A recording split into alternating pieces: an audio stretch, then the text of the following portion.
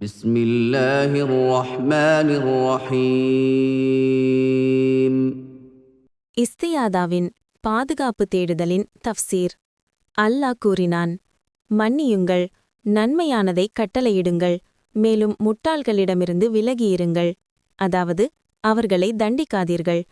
ஷைத்தானிடமிருந்து உங்களுக்கு ஒரு தீய ஊசலாட்டம் வந்தால் அல்லாவிடம் பாதுகாப்பு தேடுங்கள். நிச்சயமாக அவன் கேட்பவன், அறிந்தவன். நன்மையானதைக் கொண்டு தீமையை தடுங்கள். அவர்கள் கூறுவதை நாம் நன்கு அறிவோம். மேலும் கூறுங்கள், என் இறைவனே, ஷைத்தான்களின் ஊசலாட்டங்களிலிருந்து, தூண்டுதல்களிலிருந்து உன்னிடம் நான் பாதுகாப்பு தேடுகிறேன். மேலும் என் இறைவனே, அவர்கள் என் அருகில் வருவதை விட்டும் உன்னிடம் நான் பாதுகாப்பு தேடுகிறேன். மற்றும் நன்மையானதைக் கொண்டு ஒரு தீமையை தடுங்கள். அப்போது உங்களுக்கும் அவருக்கும் இடையில் பகைமை இருந்தவர் நெருங்கிய நண்பரைப் போலாகிவிடுவார்.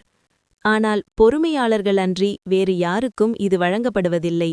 மேலும் மறுமையில் மகிழ்ச்சியின், அதாவது சொர்க்கத்தின் மற்றும் இவ்வுலகில் உயர்ந்த ஒழுக்கப் பண்பின் பெரும் பங்கின் உரிமையாளரைத் தவிர வேறு யாருக்கும் இது வழங்கப்படுவதில்லை. ஷைத்தானிடமிருந்து ஒரு தீய ஊசலாட்டம் உங்களை, ஓ முகமத், நன்மை செய்வதிலிருந்து திருப்ப முயன்றால் அல்லாவிடம் பாதுகாப்பு தேடுங்கள். நிச்சயமாக அவனை கேட்பவன், அறிந்தவன். இந்த அர்த்தத்தைக் கொண்ட 3 ஆயத்துகள் இவை மட்டுமே. மனித எதிரியிடம் நாம் மென்மையாக இருக்க வேண்டுமென்று அல்லாஹ் கூறினான். அதனால் அவனுடைய மென்மையான குணம் அவனை ஒரு கூட்டாளியாகவும் ஆதரவாளனாகவும் ஆக்கக்கூடும். அவன் ஷைத்தானிய எதிரியிடமிருந்து பாதுகாப்பு தேட வேண்டுமென்றும் கட்டளையிட்டான். ஏனெனில் நாம் அவனிடம் கருணையுடனும் மென்மையுடனும் நடந்து கொண்டால் சாத்தான் தனது பகைமையில் தளரமாட்டான். மனிதனின் தந்தை ஆதமலை அவர்கள் மீது அவனுக்கு எப்போதுமே இருந்த கொடிய பகைமை மற்றும் வெறுப்பின் காரணமாக ஆதத்தின் மகனின் அழிவை மட்டுமே சாத்தான் நாடுகிறான். அல்லாஹ் கூறினான், ஆதத்தின் மக்களே, ஷைத்தான் உங்களை ஏமாற்ற வேண்டாம். அவன் உங்கள் பெற்றோரான ஆதம் மற்றும் ஹவ்வா ஆகியோரை சொர்க்கத்திலிருந்து வெளியேற்றியதைப் போல. நிச்சயமாக ஷைத்தான் உங்களுக்கு எதிரி. எனவே அவனை எதிரியாக எடுத்துக்கொள்ளுங்கள், நடத்துங்கள்.